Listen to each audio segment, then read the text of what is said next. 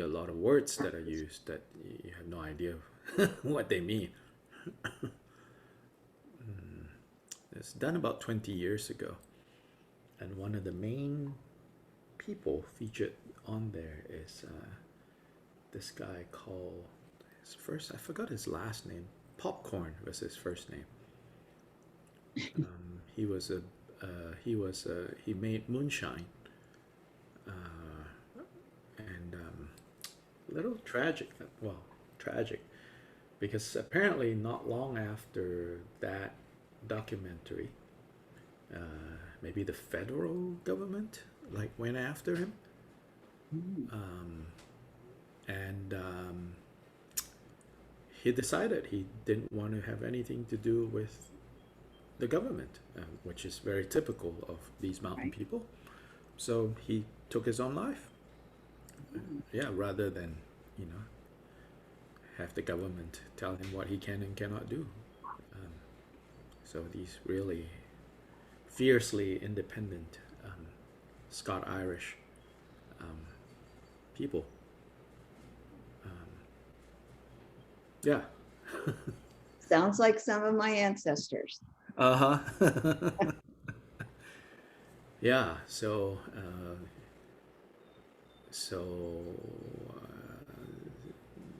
some in I was watching with my godkids family, and so their grandmother was commenting on like how these people came to such a remote area and live in such kind of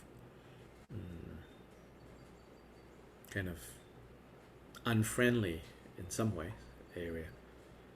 And so we got into a discussion of how it made perfect sense, like they ran away from the old world and they didn't want to have anything to do with governments and people. They just wanted to be left alone. And so, you know, and they were left alone and lived, as happy as they they knew how to. And then other people came and told them they were poor, and then they became poor. You know, it's like you're not poor until someone points that out. I remember my dad, watching documentary on like Tibet or places like that, and I remember him saying it's like oh they live under such harsh conditions, they were so poor, pity them. And I said, well, I don't know. I said they're not poor until somebody comes along to tell them that they're poor and to show them, you could have this, you could have this, you could have this, you could have this. Yeah. So I think what's startling probably for a lot of other people is that such pockets of human society continues to exist in the U.S. Here in these mountains in the Appalachia. So it's a whole other subculture, and of course now, as we know, the ways in which mainstream society has infiltrated them um, is also in a negative way, with all the rabbit holes of like conspiracy theories. And you know 20 years ago when this documentary was done, and what they had was these what do you call them, these radios that they talk to each other. CB? Sorry. CB? Oh yeah, yeah, yeah. And they would set it up, and and that was like the social media of the times, like 20 years ago in these areas. That was the social media. But then now with the internet, it's like, ooh.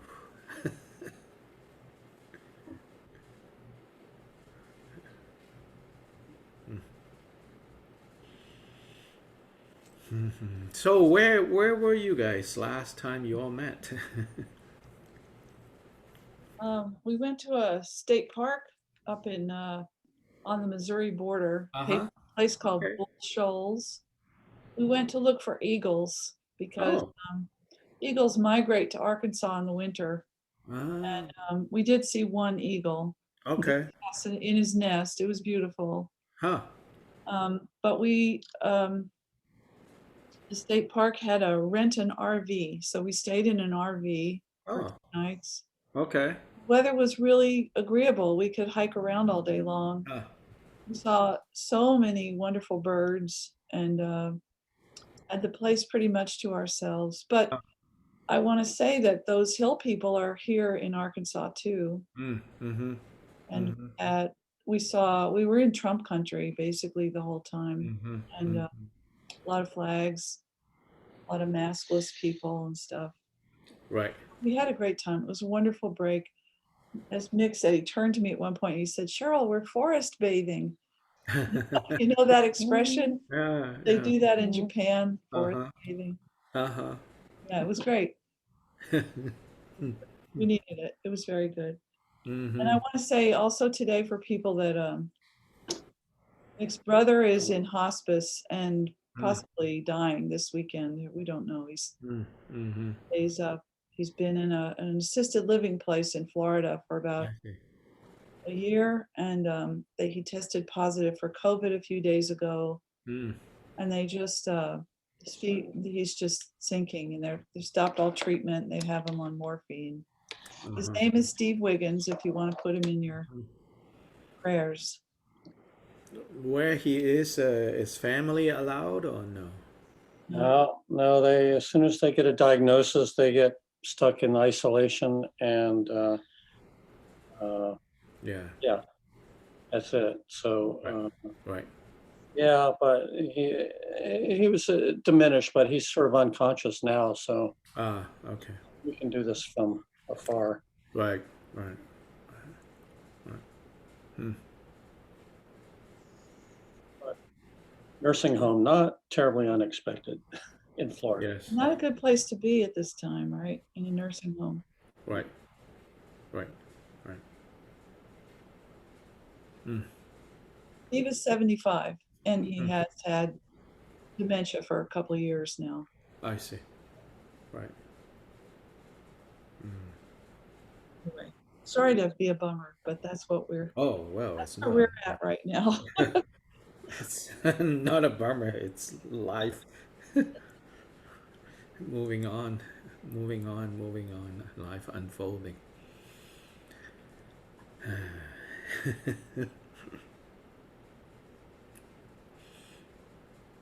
Yeah. So, how's vaccination program going on in Arkansas? Jim has one, right? Jim? I do. I get the second next week. Next week. Yeah. Huh. Yeah. Okay. I'm scheduled for my first one on the 26th. Ah. Great. Okay. And do you all like in Jim's case, you're like frontline? I'm labeled that. Yes, so I took Yes. advantage Right. of Right. it. Right. My wife has had her second dose. Uh-huh. And then Joyce, you have to call somewhere to schedule or No, I'm a client at UAMS Longevity Clinic, okay. and they just contacted everybody Yeah. and told us, what group we were in, and then I got a Right. call that I can be scheduled now. So, Right. Right. Right. Okay. Okay. You're too young for that. Mm-hmm. And Melissa? Can't hear you. For my first one tomorrow. Sorry? Tomorrow, I'm getting my first Oh, one. all right. okay. And that's how was that scheduled? College. Qualify for it because I am I work for a college. Yeah, yeah. So I mean like the does the college schedule that or Well, Hendrix is trying to organize the vaccines on campus. hmm. It's not happening Hmm. very quickly. Surprise, surprise. So they gave us a link to schedule it with a local hospital. Ah, I see. I see. Okay. Yeah. Yeah, I don't know how they do it. Like, I guess it's not even just states, it's even like down to counties, different counties, easier or harder to get scheduled. Like, I think in Buncombe County, where we are, they are far from getting 75 and above vaccinated. Um, so I think it'll be, I don't know if the frontliners, like hospital, and I've not seen any college um, people yet saying, oh, they're getting it. Um, so it's mysterious.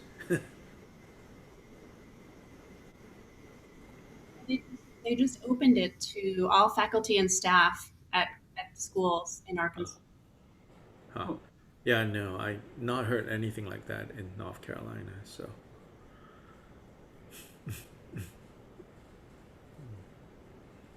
yeah. So you all met last week. Yeah, we did.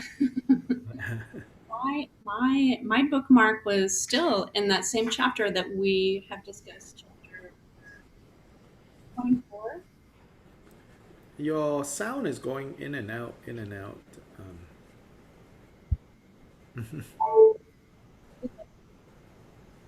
Can't hear. I don't know what to do. I have my volume turned all the way up. I can chat. It's not your volume. Um, that's not where the problem is. If you turn on your volume, that only means that you can hear us really well, you know? Why am I? Yeah. So here, do this. At the left corner of your screen, you should see a little microphone image icon, yeah? Next to it, there's a arrow pointing upwards.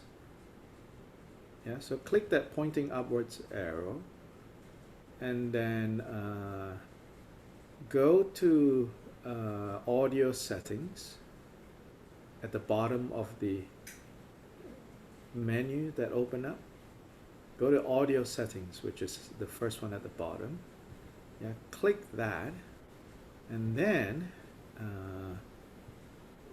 make sure that on your left column it says audio, and then look at the microphone section. There should be a box that says automatically adjust microphone volume. Go ahead and click that. Okay, now speak so that, Testing, testing. okay, so it's not yet, okay, so instead of automatic, so why don't you, like input volume, you see there? Yeah, just raise your, all the way to the right and see what happens. And then you have to speak to test. Okay, testing, testing. Much better. Yeah, It was all the way to the right earlier. yeah. Um, But and you are not using any external microphone, correct? no. Yeah, so that's part of the problem. Your computer is not catching your voice so effectively. Okay. Um, that's what's the issue is basically. So let's see. If you go down there, under suppress background noise, do you see anything checked? I have it on auto. Have it on auto. Okay. Why don't you put low? Okay. Okay. That way, because part of what's going on might be that because your computer microphone is not picking up your voice, it might in fact think that you are background noise. Consultant. It's, Yeah. so it has suppressed the background noise, so to say. Then the next thing is go further down where it says music and professional audio. Mm-hmm. Click that show in meeting option to enable. Okay. Click that and then click echo cancellation. It's checked. Yeah, Check it. yeah, check it. Yeah, Check it check or no check. keep it checked. Okay. Okay, so yep, let's see. Thank you. Can you hear me better now, Oh everybody? yes, oh yes, yeah, you're not breaking in and out. In oh I also moved the computer right in front of my face. yeah, yeah. Well, it's basically your computer's microphone is not picking up your voice. Okay. Yeah, and each time that we don't hear you, there's a pattern. It's like when your mouth is pointed away from it, then it doesn't catch. Yeah, All right. yeah, I'm gonna make it work. yeah, Maybe that'll help. yeah. Well, it's helping now, even if when you're pointing away. So just talk or sing or chant or move your head around, and then we'll see what's going on. La la la la la la la la la la. Oh yeah, it's much better now. Okay. Yeah, yeah. So I was saying that I don't think we've moved from chapter 24. Uh-huh. I don't think we've started meeting Rechungpa yet. Okay, okay. Chapter 24. So where in chapter 24? I think you kind of covered all of chapter 24. Okay. Talked about relevant events. Now we're not hearing you. Okay.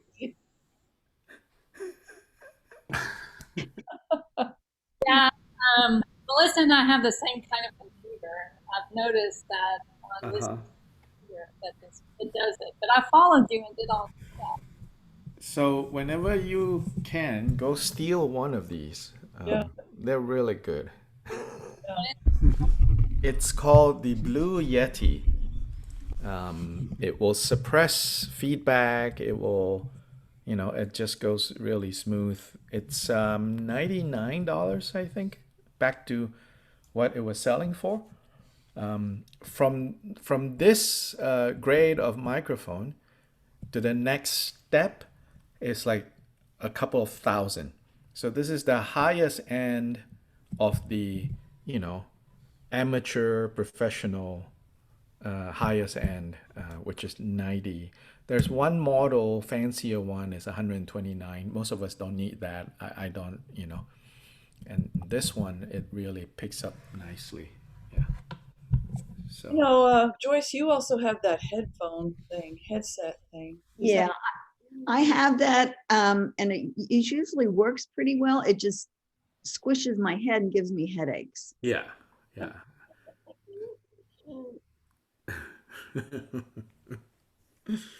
So yeah, this Blue Yeti is a pretty good system. Yeah, then beyond that, it's like the next jump is like a couple of thousand.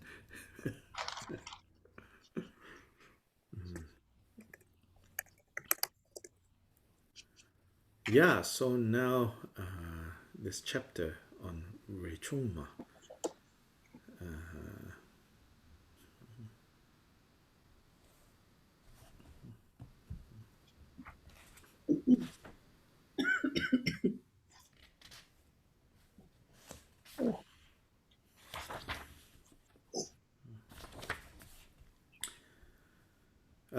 So here it says, Milarepa was with his main student, which is Rechungpa.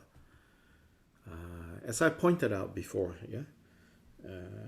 these days, we tend to say Milarepa's main successor was Gampopa. But in their own lifetime, the closest disciple was Rechungpa. But Rechungpa's lineage did not expand the way that Gampopa's, lineage expanded. So Rechungpa became a minor figure. This is my point too on how when we talk about lineage, the party line, of course, describes lineage as something coming from the ancient past towards our time. But practically speaking, lineage is built backwards. From that perspective, backwards. You look at now, who is still around now, so then you trace back, then you say, oh, this is how it was. But it could be that, within the time of all the individuals involved, there was no certainty that the closest disciple was going to be the most kind of prolific in terms of producing further disciples. There are so many factors, so many interdependencies. So anyway, Rechungpa was with him. And so they were practicing in Dise. Dise is Kailash, near Lake Manasorowa.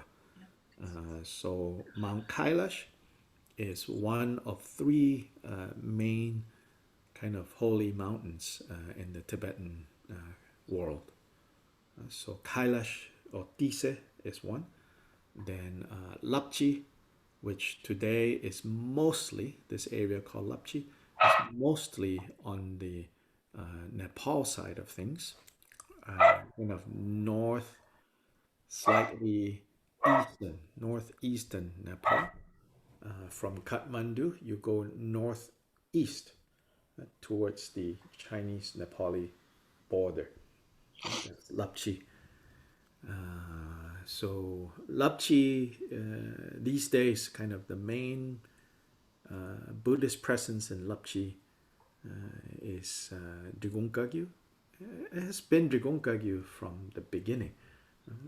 What I mean to say is and to this day, the main kind of retreatants up there are Drigung Kagyu people.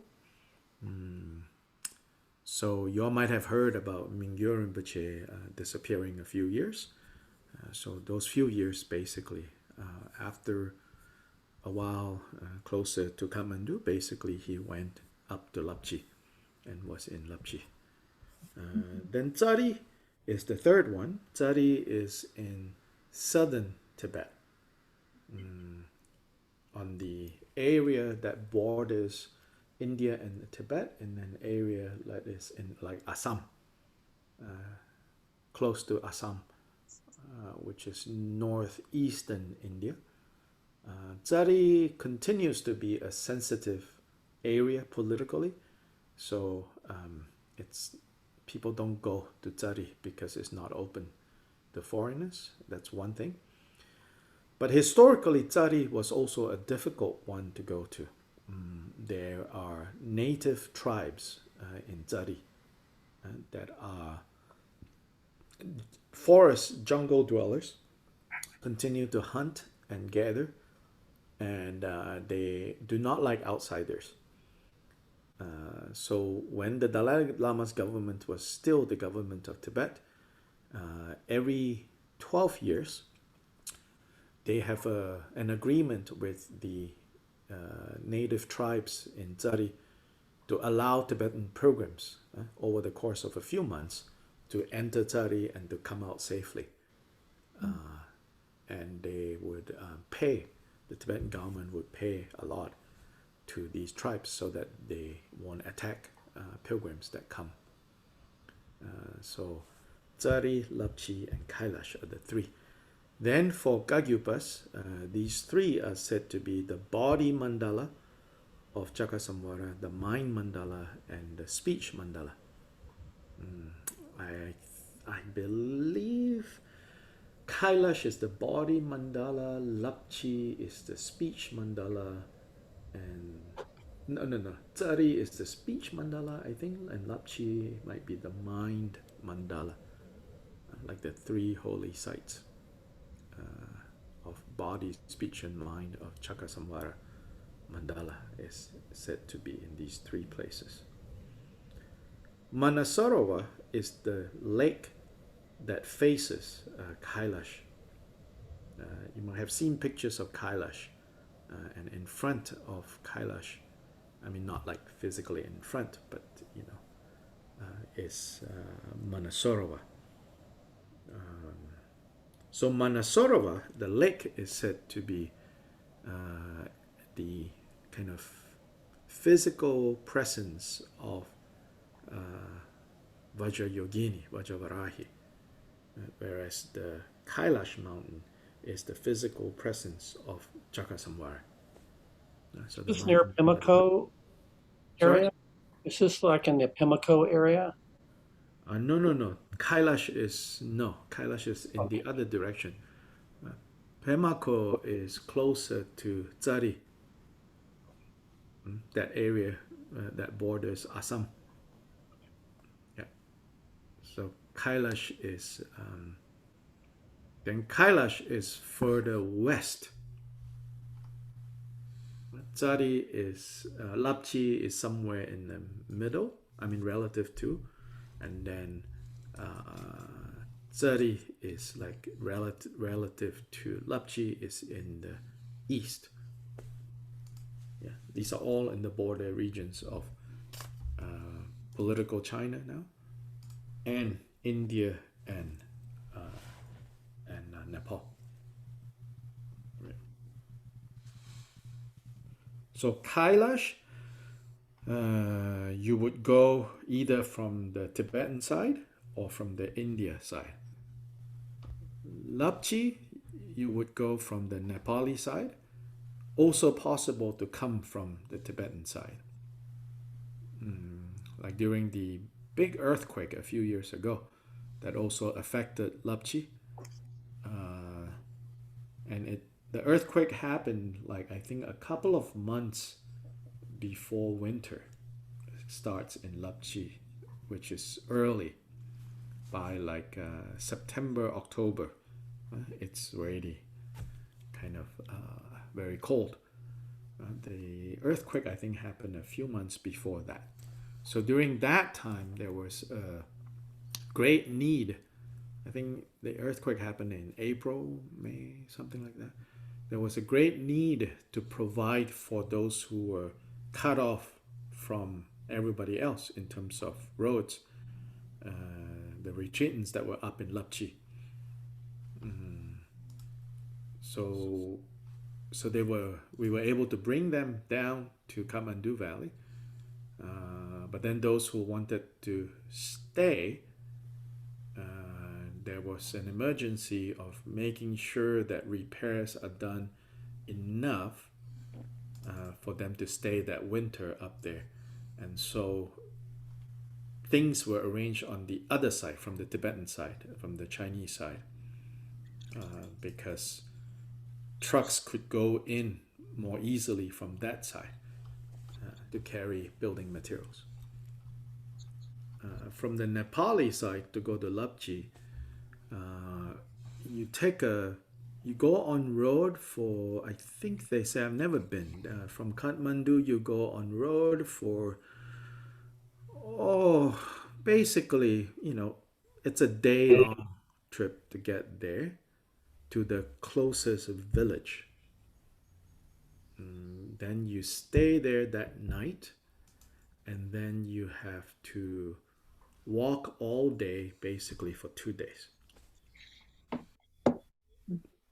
to get to the retreat center, the main. So the first day you have to walk long enough to get to an encampment where it is safe to stay that night.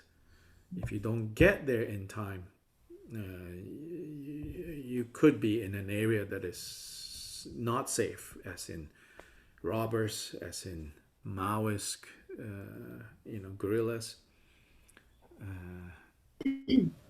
So you have to walk, long enough to get to a encampment. Then you can stay that night there, and then the next day you have to walk and get to the monastery before night falls because there's no place safe to camp. So that's Lapchi.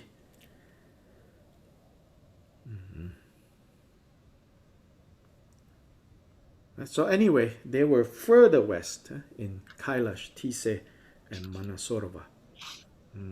Oh, then in terms of Milarepa, Milarepa spent a lot of time in both Kailash and Lapchi.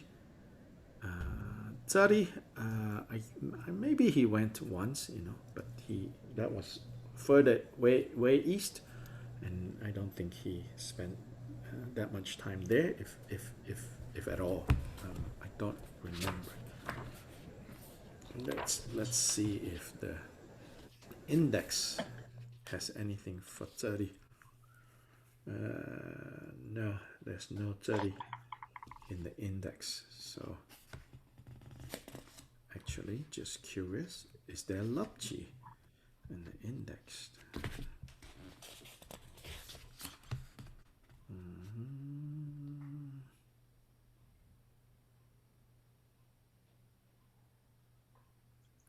Yeah, it's spelled here as Lachi. Lachi. Lachi Snow Mountain.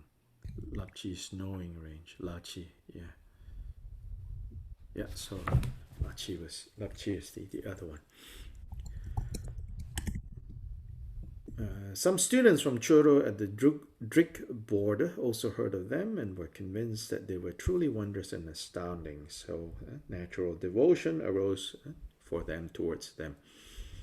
Among them was a young lady who, having heard the life story of the Jitsun, had unwavering faith. She was an emanation of a wisdom Tarkini, imbued with great faith, diligence, wisdom, and compassion. Came from a good family.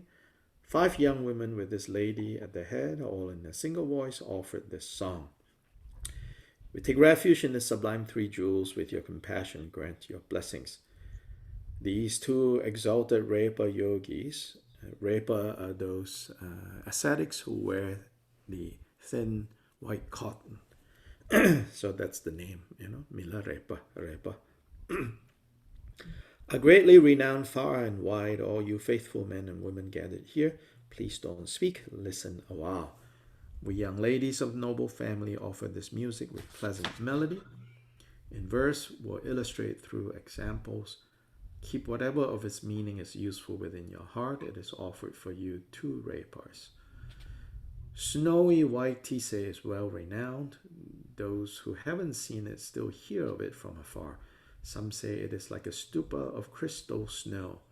Yeah, so Kailash Mountain, looks like a snow and ice stupa.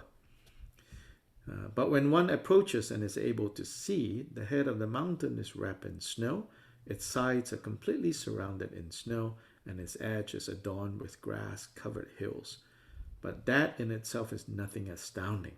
What is so amazing about that? The invincible turquoise lake, so renowned, this is Manasorova. Those who haven't seen it still hear of it from afar. Some say that the lake is a turquoise mandala. So the crystal mountain with the turquoise mandala lake. But when one approaches and is able to see, it is just a hole filled with water, with streams that trickle from it, fields and rocks surround it there. But that in itself is nothing astounding. What is so amazing about that? The Poto Red Rock, so renowned. Those who haven't seen it have heard it. So this rock is like a heap of gems. But when one approaches and is able to see, it is a rock that juts up from the meadow. A forest of trees grows on it there, and water surrounds its outer edge. But that in itself is nothing astounding. So basically, they're saying, yeah, these places, they are famous for being the crystal stupa, the turquoise lake mandala, and then the heap of gems. But really, they're like, what is so special? So now moving on to the great and little Repas, Milarepa and Rechungpa. Those who haven't seen you still hear of you from afar. Some say they are yogi siddhas indeed, but when one approaches you and is able to see you are an elder and a youth, nothing amazing. Lying around nakedly without any shame, you both hum little melodies, you both dress in the way you like, and you clad your bodies with cotton cloth. You live on food that you've begged to receive, and you both do whatever it is that you please. But that in itself is nothing astounding. What is so amazing about that? So they are, coming to, even though interestingly it says that, they have faith, they have devotion, but you could say that led by this Dakini emanation, they are going to provoke, or to give Milarepa an opportunity to declare like his attainment. For we sisters who have gone everywhere, this morning's journey has been of little use. There's no place we sisters have gone, and this morning's journey has only been hard on our feet. We sisters have seen everything, and today all we have seen is an old and young man. We sisters who have heard everything, today we have heard lots of useless talk. You two are either the victorious one's successors, the Buddha's successors, or simply obstructions made by some demon. Since there's no other possibility apart from these two, we've determined you are a demon's obstructions. If you understand this song, then give a response. If you don't understand, get out. Move on. Then Milarepa said to Rechungpa, the snow mountain and its 3 lakes are sites of practice that were prophesied by the Buddha. If we do not respond to such disparagement, they all will accumulate negative karma, and the greatness of this place will be misconstrued. So let us respond, And so they sang this song of realization in reply. You faithful students who have gathered here, youths who are skilled in melodious song, you 5 ladies with poetic words, lady leader of song, focus on my meaning and listen. Do you know who we are or not? If you don't know who we are the Repas, great and small. I, the old man singing on the right, I am the yogi Milarepa. This youth on the left accompanying me is the yogi, the junior Repa, Rechungpa. To expand on your pleasant words and meanings, I'll directly answer your questions using symbols. Give the meaning of this song that arose from experience and realization in your heart. The renowned snowy white Tise mountain, those who haven't seen it still hear of it from afar. Some say it is like a white crystal stupa. When one approaches and is able to see, the head of the mountain is wrapped in snow, the head of the mountain covered in snow. That head of the mountain covered in snow was prophesied before by the Buddha. It became known as the Great Snow Mountain. It's the hub, the navel of Jambudvipa. Jambudvipa is our world. It is a place where the white lion majestically stands. This mountain that's like a white crystal stupa is the palace of glorious Jakasamvara. The snow mountains that surround its edge are the residing seats of the 500 arhats, an object for the offering of all the 8 classes. Those grass-covered hills that surround their edge are hills with fragrant incense, which produce a medicinal elixir for healing life-threatening illness. It is a great site where accomplishment is attained, a place where undefiled samadhi is found. There is no place more amazing than this. Yeah. So basically what Milarepa is doing is to, on this level right now, the mountain, the lake, and the heap of jewels, these 3 features pointed out by the challengers, he shows, or he explains, that the Buddha had prophesied about these places, and this is what these physical characteristics of these places and their deeper meaning. So what you can say is that he's basically, I would say, sacralizing, right? Making sacred the landscape. And he's making sacred by kind of invoking the authority of the Buddha, and said that the Buddha prophesied about this, and then described the qualities of that place. So with Kailash, it says that basically in the center is the white crystal stupa, which is the mandala, the body mandala of Jakasamvara. And then the range of mountains around it, that's the 500 arhats. Then for the lake, it says, in this lake, it says further down, is the palace of the 8 great Nagas. It is the cleaning bath of 100 offering deities, and it possesses the 8 good qualities of water. And it says, there's no place more amazing than this. Then that rock, that heap of jewels, right? A place where striped tigers roam about, 272. In the forest that grows within that place are trunks of medicinal sandalwood, the tree with 6 excellent medicines. This rock that is like a heap of jewels is a palace of divine sages. Meaning here, I think it refers to like these ascetics. A solitary place prophesied by Takinis. Then, now, he comes to who he and his disciple are. The great and small rebus. We are just an elder and a youth, nothing amazing. This elder and youth that are nothing amazing have exhausted all concepts of names and signs. We who lie around naked without any shame, we're free of the clothing of perceiver and perceived. We dress in any way we like because we've given up the contrivance of embarrassment. We will sing little melodies that come from the depths of our experience. With our bodies clad in cotton cloth, the heat of blissful Chandali blazes. And this is the Tumbo practice, the inner heat. The inner heat is the practice of basically withdrawing distraction from being distracted, so that you gather the heat, and you use the technique of gathering the heat in this space at the seat of our body and mind, which is this area 4 fingers below the navel. From then, that turns into quite literal heat. The heat of blissful Chandali blazes. Living on food that we have begged for, our craving for desirable things is subdued. Doing whatever it is that we please, the 6-fold collections are relaxed at ease. The 6-fold collections here, I believe, is referring to the 6 sense experiences. That they are relaxed and at ease.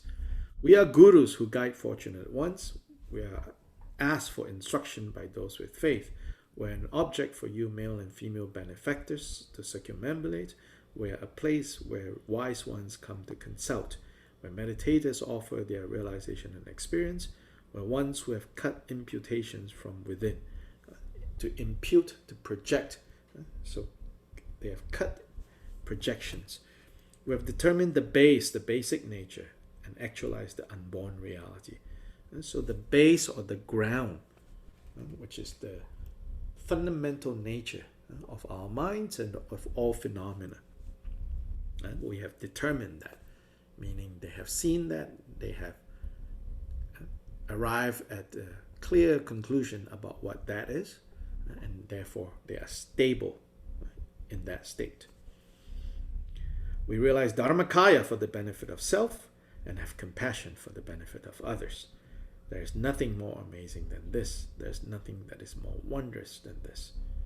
You faithful students who have gathered here, you who have roamed everywhere, your previous pilgrimages have tired you. If you want to do pilgrimage, go to Aryavarta. You have been to every place. Your previous journey has made your feet sore. If you go somewhere else, then go to Bodh Gaya. You have seen everything. All you've seen until now has been meaningless. If you want to look at something else, then look at the magical sights in Hasa. You who have heard everything, All you have heard until now has been useless chatter. If you want to listen to something else, then listen to the whispered lineage key instructions, which is what he's giving, these key instructions of the whispered lineage. Those who have stayed near many people until now, they've all been your relatives. If you want to stay near someone, stay near a noble guru. You who have done everything, all you've done until now has just become karma. So if you want to do something, practice the sublime dharma. This reply came from an old man's mouth. If understood and reflected upon, it contains key instructions. If you don't understand, then this little song is just about us yogis doing as we please. Young students, now go back to your homes.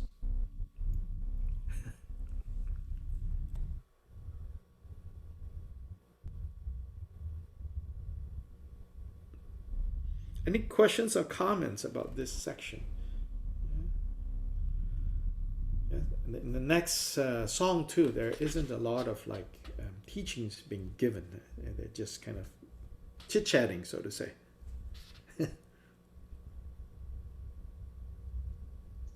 I thought it was kind of interesting when he said, all you've seen until now has been meaningless, but she is considered one of the, I mean, she's pretty revered. So I don't know, can you expand on that a little bit more? What do you mean? Which section are you looking at? It's on page 274. Uh-huh. All that's occurred now is just karma living, or all that you've done until now has just become karma. Can you expand on that a little bit more, maybe? This is Milarepa telling the 6 women who came, right? Mm-hmm. Yeah, so yeah, you have done everything, you know. What's the big deal? He's telling them that. Yeah, all the stuff that you own, you know, like translate to us, you know. How many sights have you seen? How many tastes have you tasted? How many, you know, cars have you sat in, driven in? How many, you know, places on earth have you flown to and had a vacation in? Like, it's all just karma, you know, that will keep you bound to cyclic existence. So it's like, you know, what's the big deal, you know?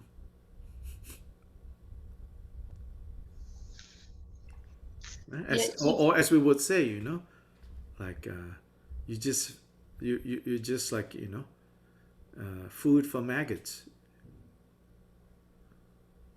But she's also known for her compassion and her faith. Oh yeah, you know, sure. I mean, people have compassion, people have faith, but now is Milarepa, you know, talking to her. If you really want to go deeper. Yes, yeah. They're chit-chatting. They're like, the tone here is they're, you know, I mean, look at that earlier, you know, faith, compassion, you know, but she is challenging Milarepa. Like, you know, you're not a big deal, you know, like, you know, it's sort of like saying these great mountain we have heard, you know, when you come to it, big deal. Oh, that lake that everybody says is so great, a big deal. Oh, that heap of jewels, a big deal. Oh, you too, a big deal. Right? It's like, now they don't really mean it. Like I said, they're trying to provoke Milarepa to show his realizations. So then Milarepa responded and give it back to them and say, you know, you are the one that is no big deal. This seems kind of cheeky, right? I mean, yes, yeah. As in, like, you know, I'm the big deal, not you. You know? Of course, you know, it could be made from an egotistical, but here we know Milarepa is not making from that standpoint, you know. But he is saying, you know, you know, everything you have done, everything you have seen, no big deal, you know. Now you practice the Dharma. You don't think that, because they come bragging, you know. which is to say, we have seen great things. What's all this? You know.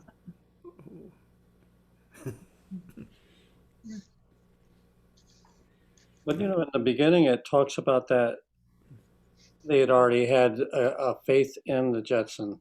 Yes. So I'm still struck by the kind of almost good humor about this kind of cheeky challenge.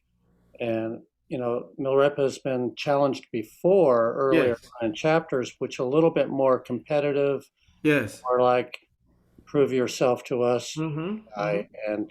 And but this I haven't ever heard of this kind of challenge done in a kind of this way. I don't know if that's a cultural thing. Yeah, it's just different people turning up. Yeah. Okay.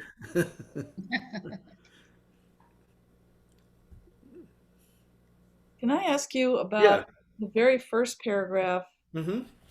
what it means that they were doing? They were the practice of equal taste and benefiting beings. So Where is it? Where is very this? first paragraph of the chapter, Very first paragraph. Uh-huh.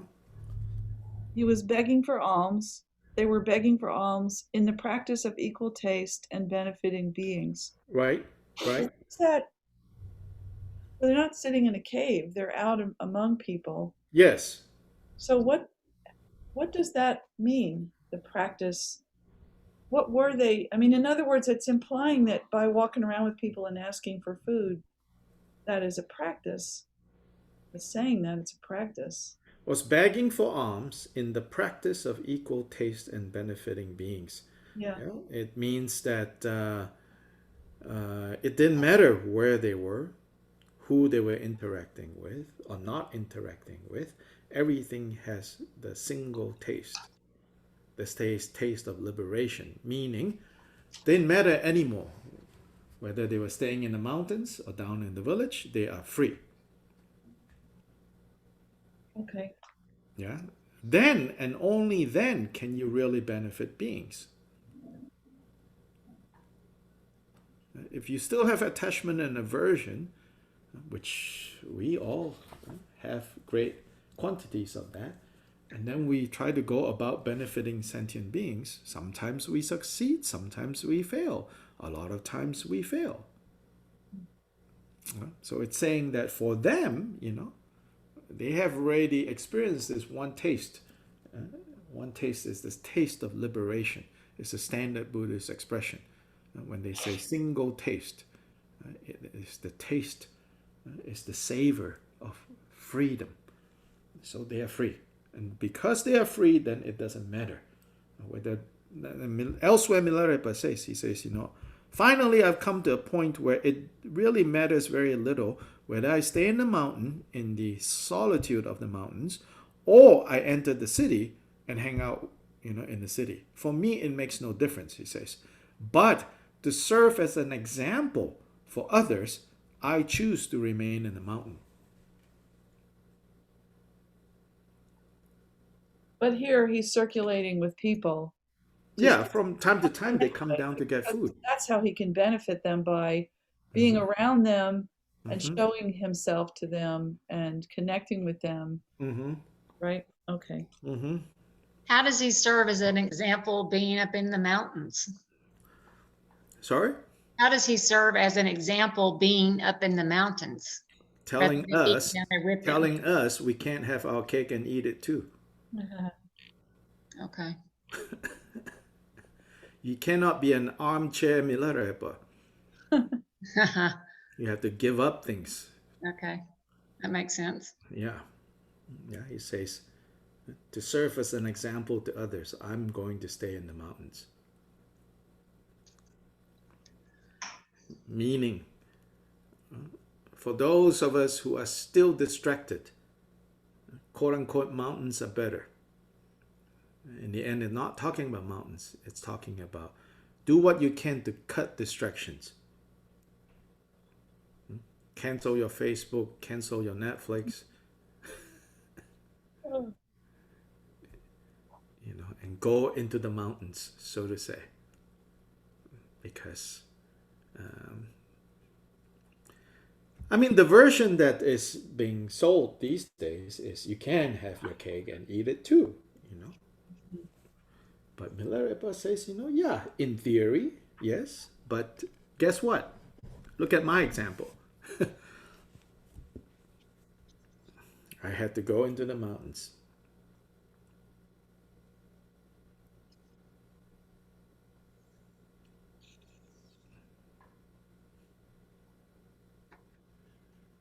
Yeah, different kind of different great figures will have to choose different examples to kind of display. In Milarepa's case, the example he's going to show is how easily we get distracted when we're in the midst of everything that is going on, and in that context, the qualities of isolation.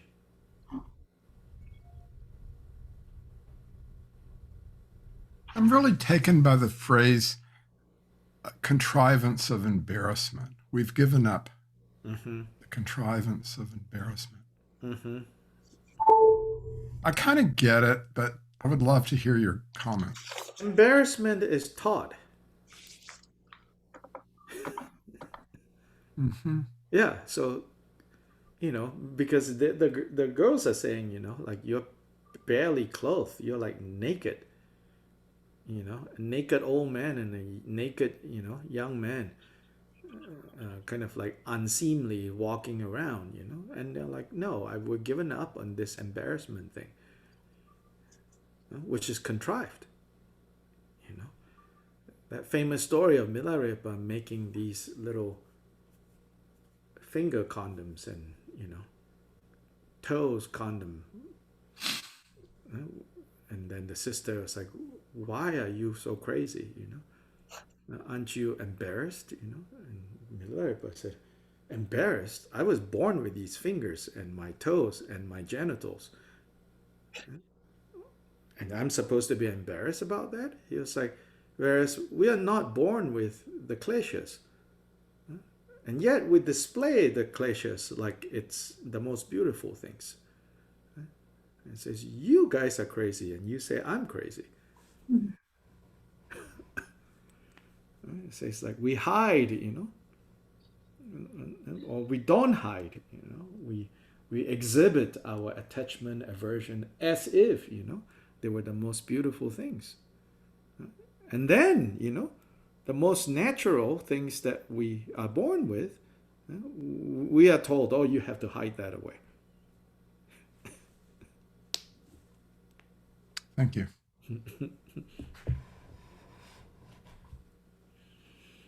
Mm-hmm.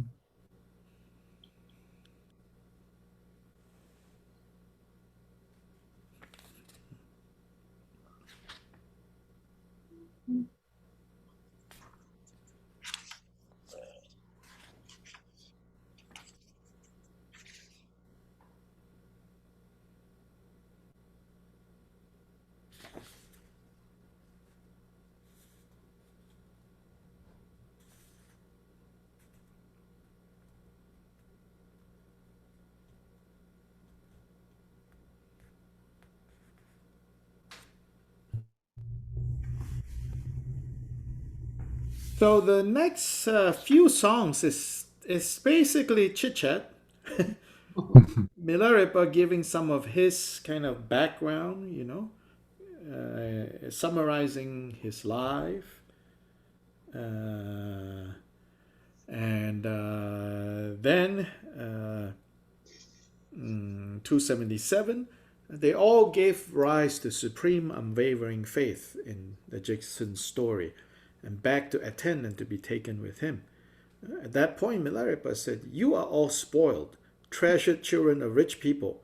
You would never be able to endure the hardship of following after me. If you do practice Dharma, you would have to undergo hardships like this. Can you do it? Think carefully.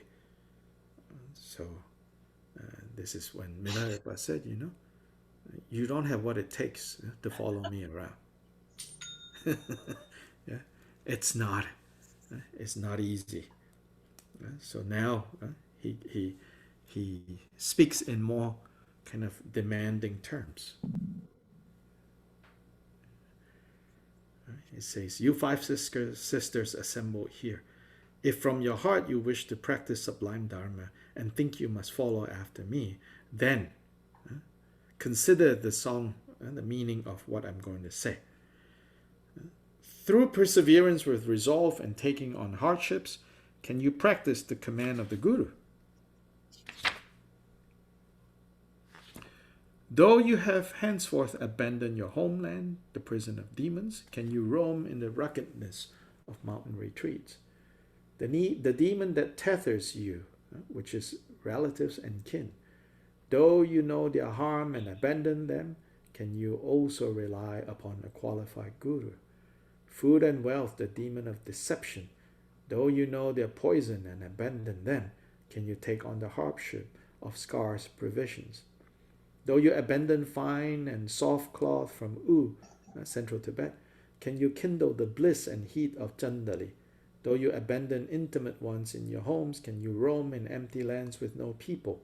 Though you abandon the 8 worldly concerns, can you take a humble position with your 3 gates, your body, speech, and mind? Though you abandon taking this life to be permanent, can you meditate on death's uncertain time?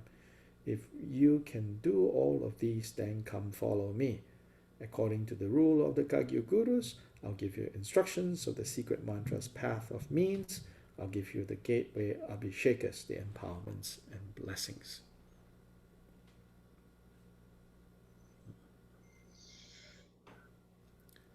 The next section there, the prose, basically, these women disciples said, we have been born as women, so we have an inferior birth, reflecting what people thought of women.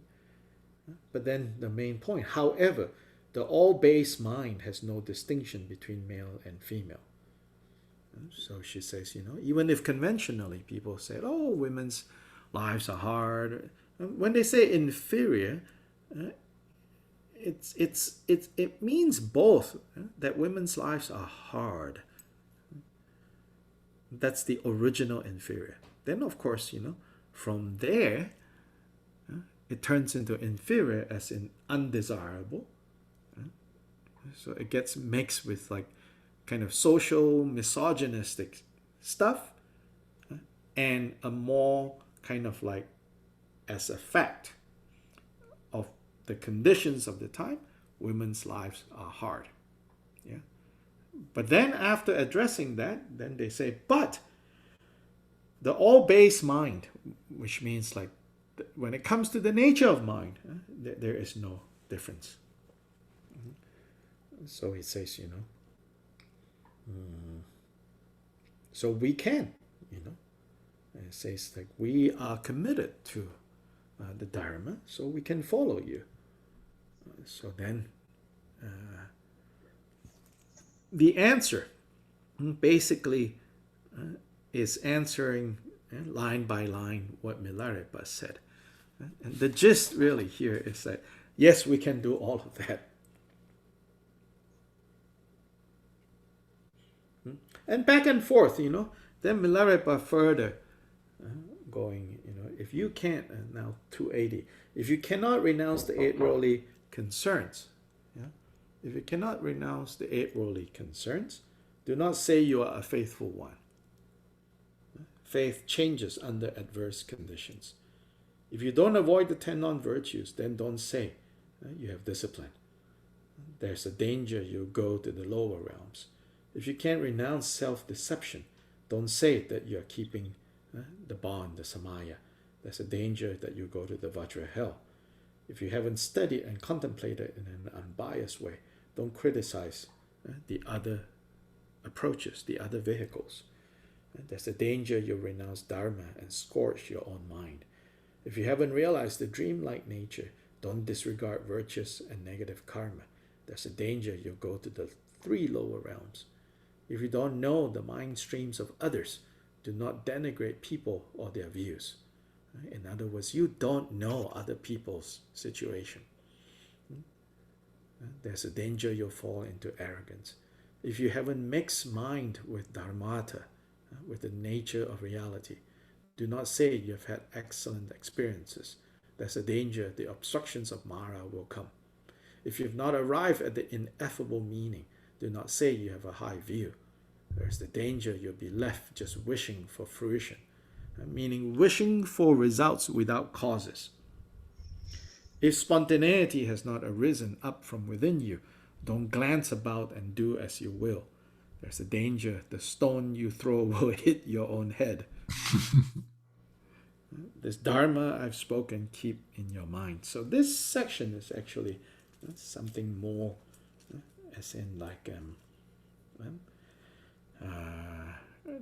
it's basically what's paired together is, oh, you say that you have renounced the 8 worldly concerns, but how do you know? Well, you will know when adverse conditions arise.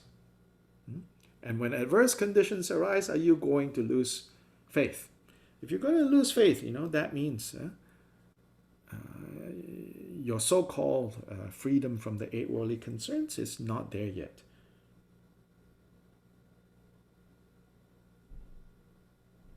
So then you say, oh, I'm disciplined. But then if the 10 non-virtues, you don't give up,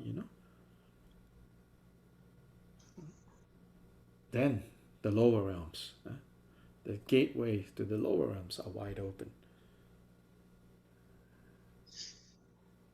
If you cannot renounce self-deception, then don't brag about, oh, samaya, this vajrayana samaya.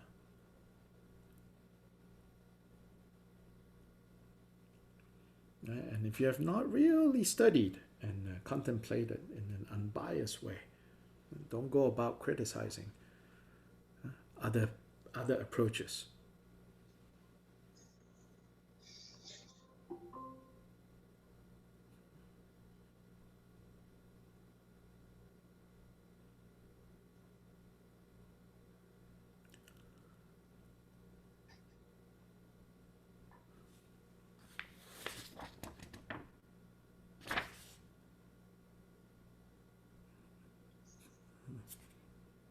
Yeah, so at the end it says,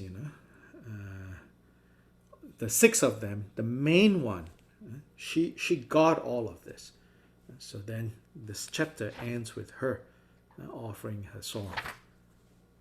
I prostrate to the Guru Lords, the single refuge, the 3 precious jewels. I shall choose no other support but them.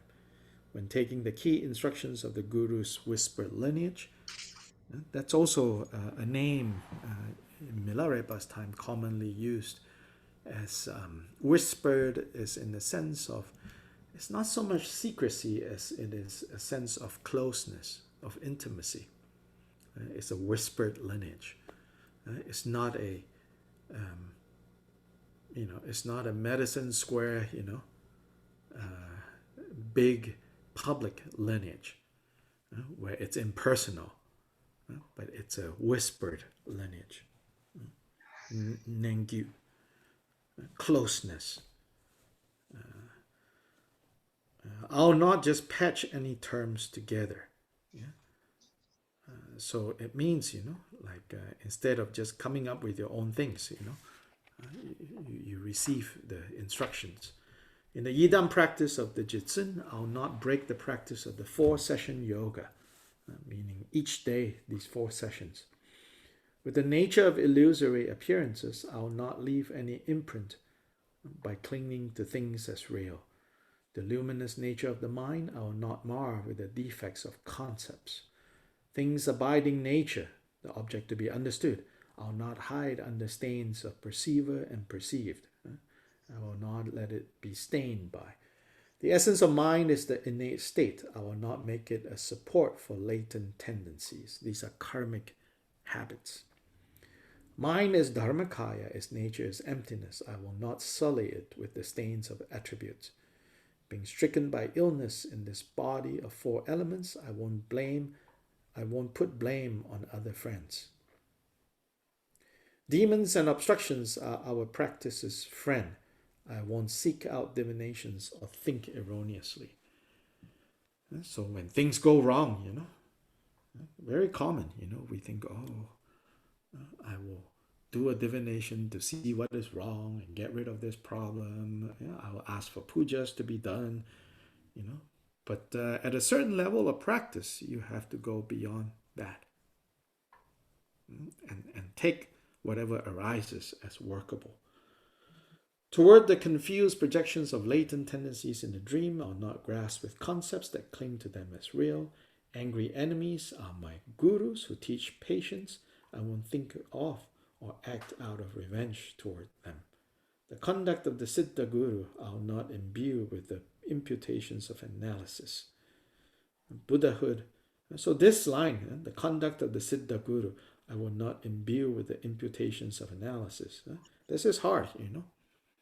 And this line, all I can say is this is the way that the Vajrayana teaches, right? I cannot change it to improve it, right?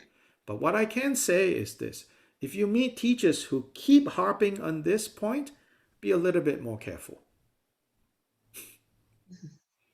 You cannot judge me. You cannot judge me. You cannot judge me. Be a little bit more careful. Yes, yeah.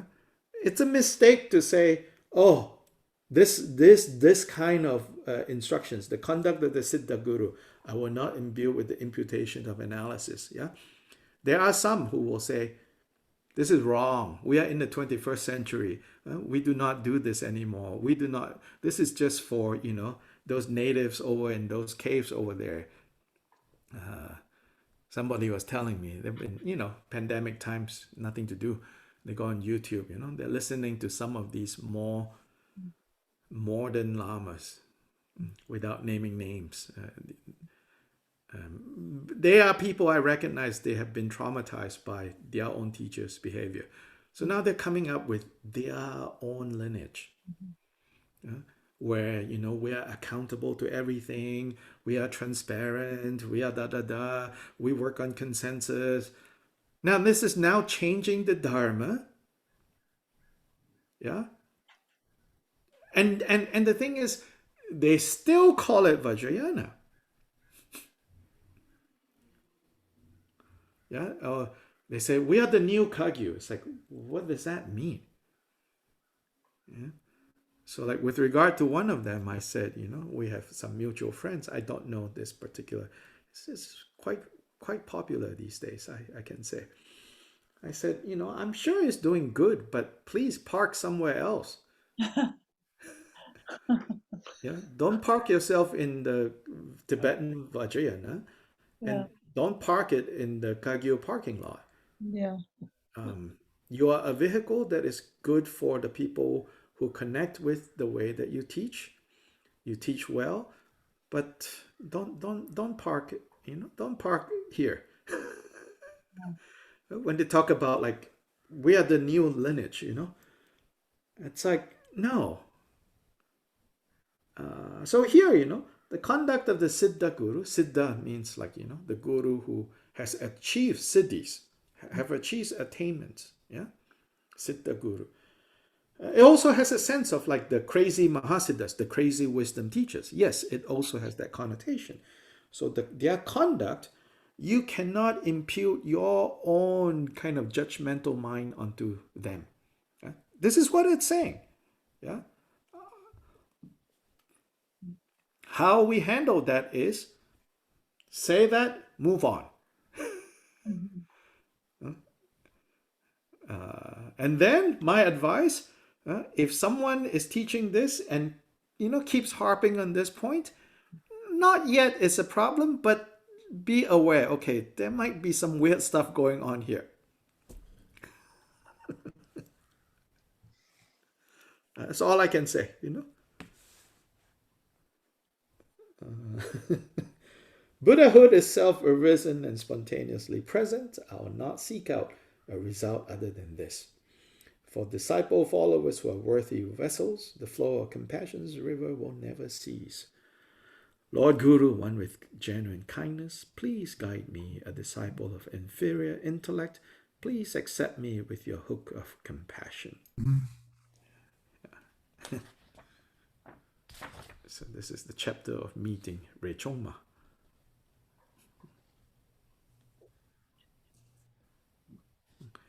So it seems that Rechungpa, the reason he's called that is that she and Rechungpa became companions. Yeah, like all in our terms, you could say they got married, they got hitched.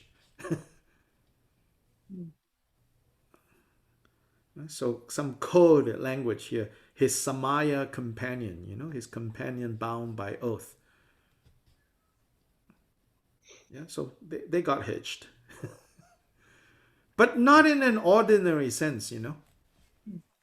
Yes, there is the human side, I'm sure, but also very little like if you look at Yeshe Sogyal and Guru Rinpoche, I mean, in a way, much more mythical than Rechungpa and Rechungma.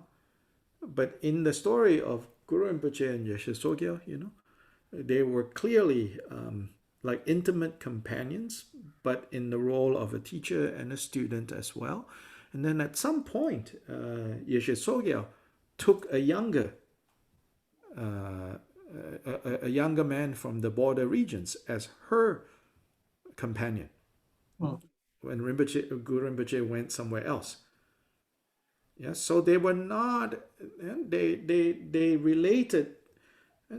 So maybe not married is not the right word. The whole institution of marriage has its own connotation, but they were partnered, more than platonic partners. Consorts. Yeah, yeah. Yeah, I guess that's the technical term, but it sounds so regal, consort. It's not. It's also. I like thinking of Diane, my wife, as my consort. Oh, right. Yeah, yeah. That's an appropriate regalness to it, but my queen. But that's how Rechungma got the name. So among the 4 women disciples of Milarepa, she was one of them, it says here. Yeah, there's 3 others.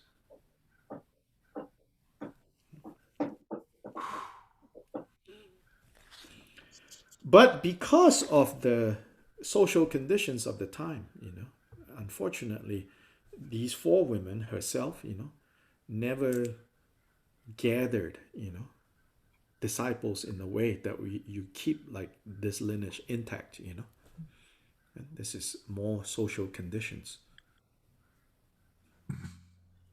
So now that there are more women teachers, then their lineage will continue. Mm-hmm.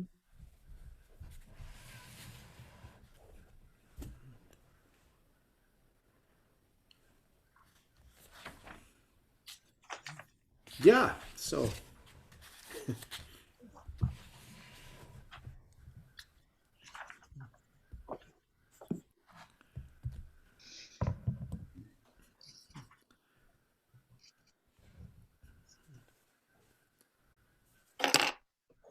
I had a 7:30 session this morning.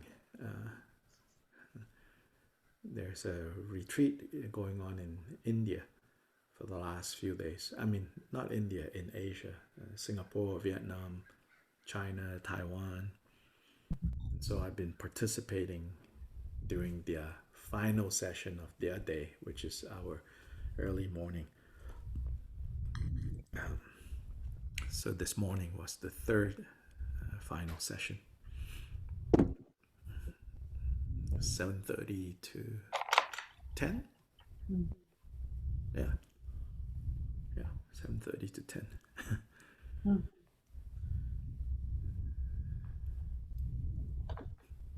Thank you for coming and being with us today. It's really Yeah, because next Sunday I can't, so I know like, oh, I better try to come in today because next Sunday I am facilitating Khenchen Rinpoche teaching at Casa Tibet, Mexico City. So it's like Saturday morning and Sunday morning. Then the following weekend it's our retreat program. right. Yeah, so. What is the teaching in Mexico? Is it the Four Dharmas of Gampopa? It's the four dharmas of Gampopa. Yeah, he's teaching to the Tibet House, Mexico. Yeah, which is a large network of centers, 19 centers altogether in Mexico.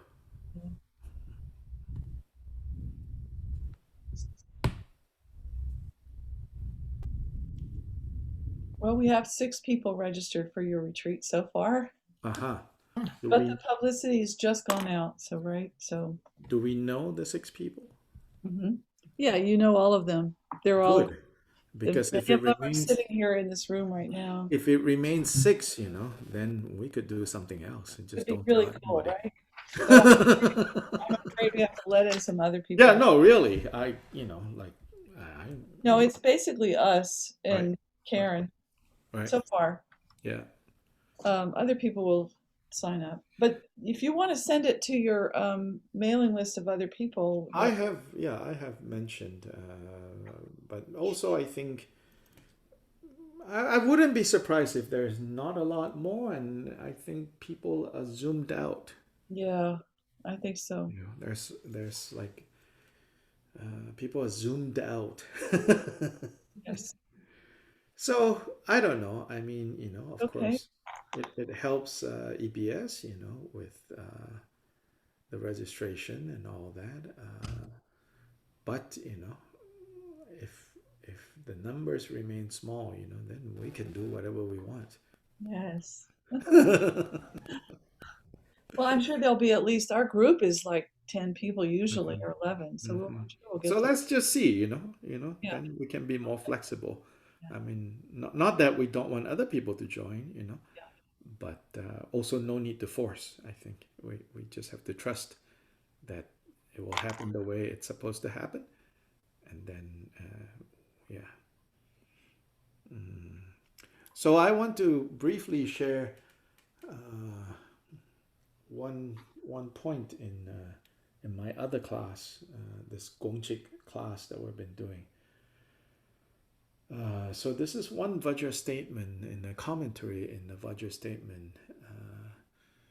Jigten Sumgun, founder of Drugum Kagyu, he said this. He said, or rather, the people, his disciples who elaborated on his statement in this early commentary, it says that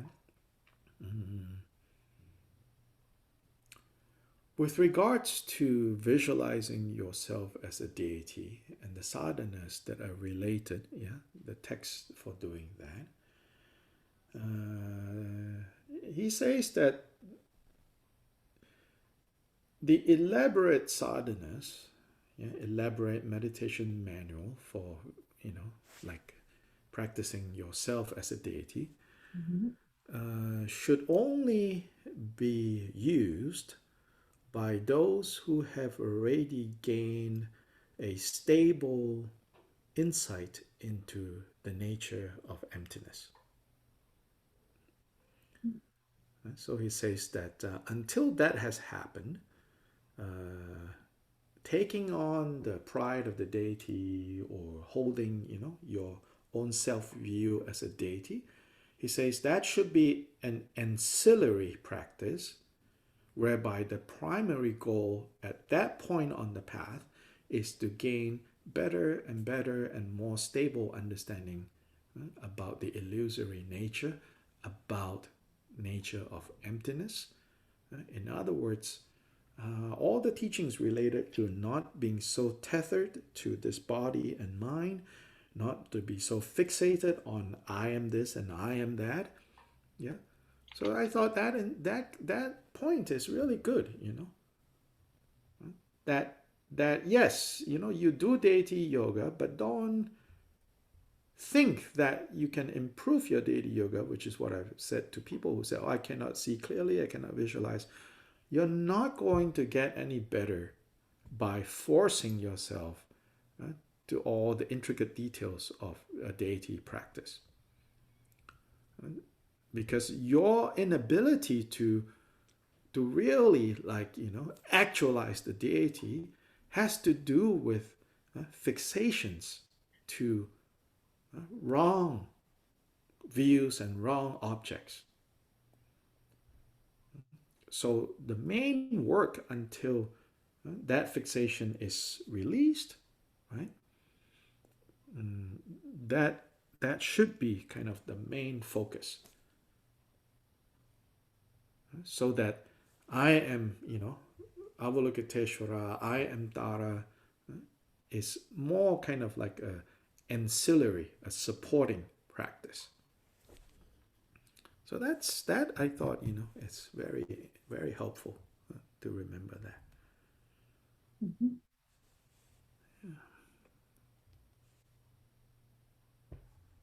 Good. Thank you. Okay. Yeah.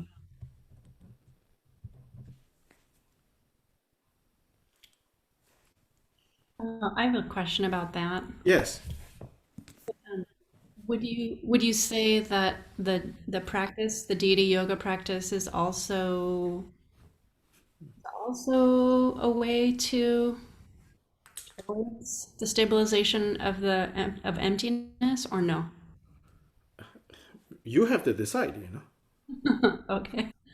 The point is not, whether it cannot. The point is, what is it that we should try to focus on achieving? Well, okay. Yeah.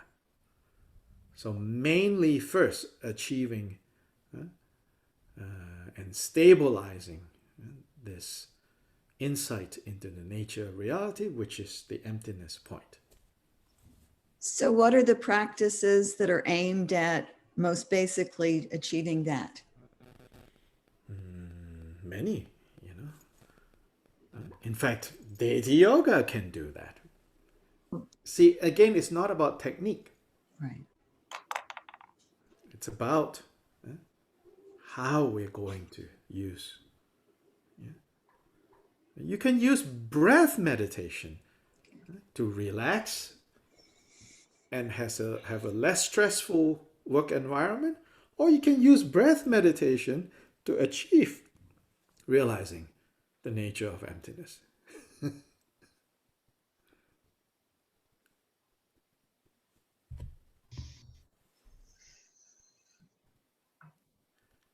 Yeah, you can use, working in a hospital as a way to make a living, or you can use working in the hospital as a means of realizing nature of emptiness.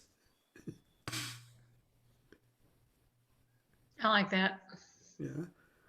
So the understanding and the attitude is what's going to change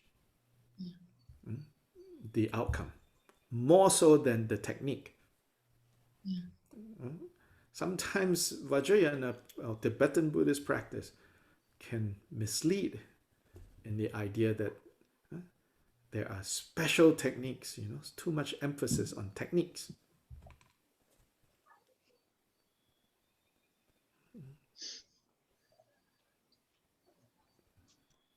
Where it's not so much about techniques.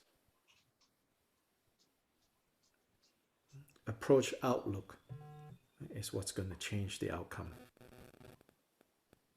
And the relative speed of the outcome will come from there.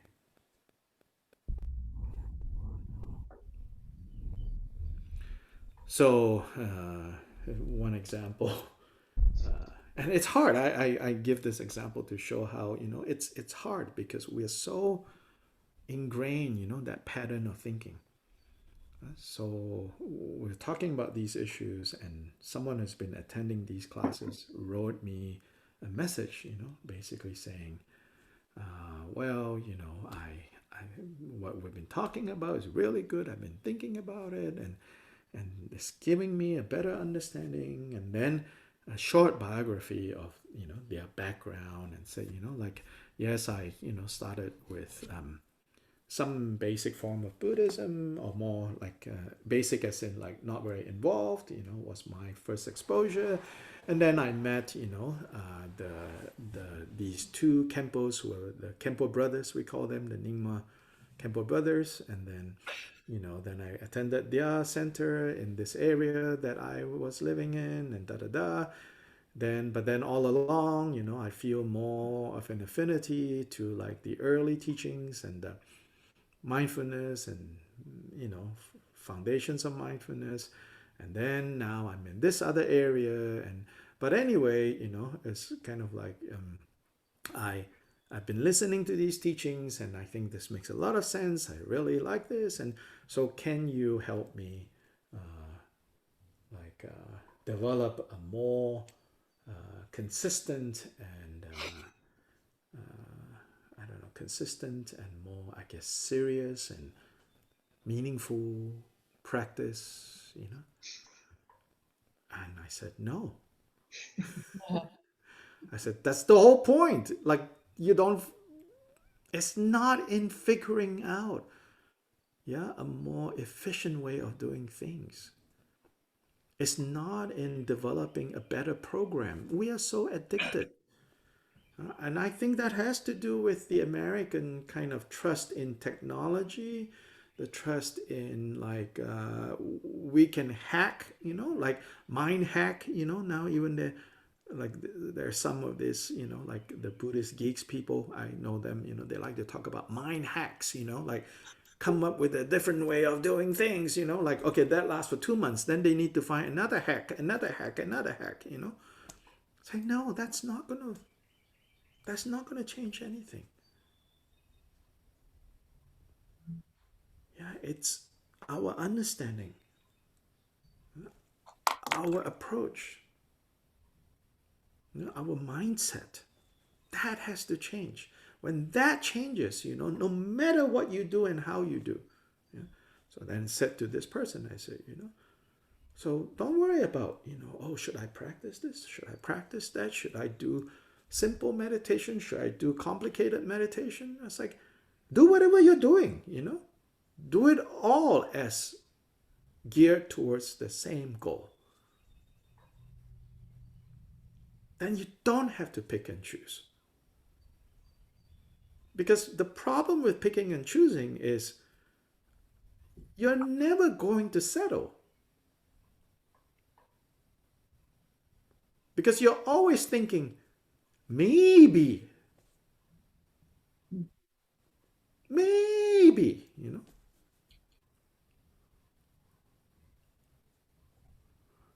it's not going to work.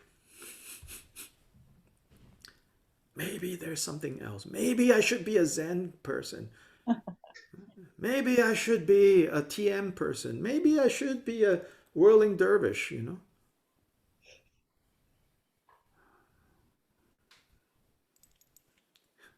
Bottom line is, maybe I should be well. Now we're going somewhere. Yeah, maybe I'm going, I should commit to becoming well. Then everything that comes, becomes part of this comprehensive, this holistic program to becoming well. Then it doesn't matter,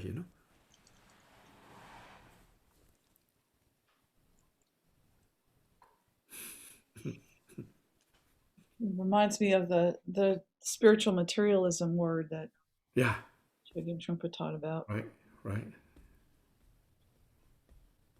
Can you expand on that, Cheryl? Well, there's a whole We'll give you a book. link to the book. Yeah, there's a whole book called Cutting Through Spiritual Materialism. Okay. It's I'll read one it. of the Highly recommend it. American spiritual classics. Everybody reads that book. Okay. But it's basically that what you're talking about is shopping for, Right. rather than letting yourself change in any way. You spend all your Yes. energy. Yeah. The commitment should be that, You don't need to commit to techniques because in this spiritual marketplace, it's like Amazon. There's always something else to buy. And they make it so easy to buy, Yeah. Yeah.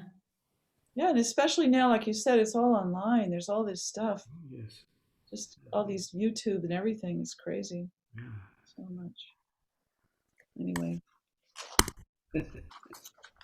It's so much easier than being with what is right now. Or exciting, at least, maybe that's the other one. Exciting. Yeah, this can't possibly be it. Yeah, It's too there got to be mundane. something more exciting, Yeah. And yes, at the same time, yeah, from time to time, go look for excitement without losing sight that. Yeah. So I'm not saying, like don't misunderstand, don't become completely shy, and then you won't ask like I need some help to get over a hump or something like that. No, I'm not saying that. So yeah, sometimes you need to go look for some excitement in your spiritual practice, like anything else, but don't think it's choosing this over that. It's not choosing this over that. It's just I need to choose where I want to go, what I want to achieve. Then everything at the right time, at the right place, they come together to forward you in that commitment.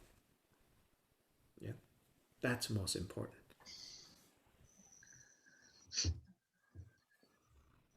Yeah. So okay. Thank you. Thank See you. you all soon. Thank you so much. We will. Yeah. Where- Ta-ta. Ta-ta. Okay, Dark. The deeds from the strong. Bye-bye. Bye, everybody. Bye. Sarah. Maybe we'll be